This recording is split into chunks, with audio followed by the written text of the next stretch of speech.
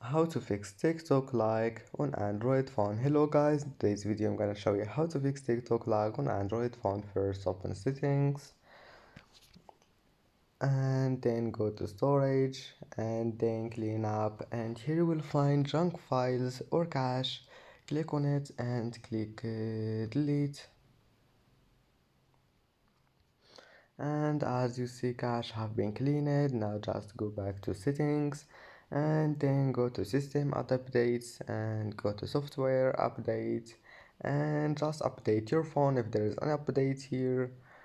After that, if that doesn't fix your problem, just go to apps and then apps again and type here TikTok and go to permissions, enable all of those here and then click force stop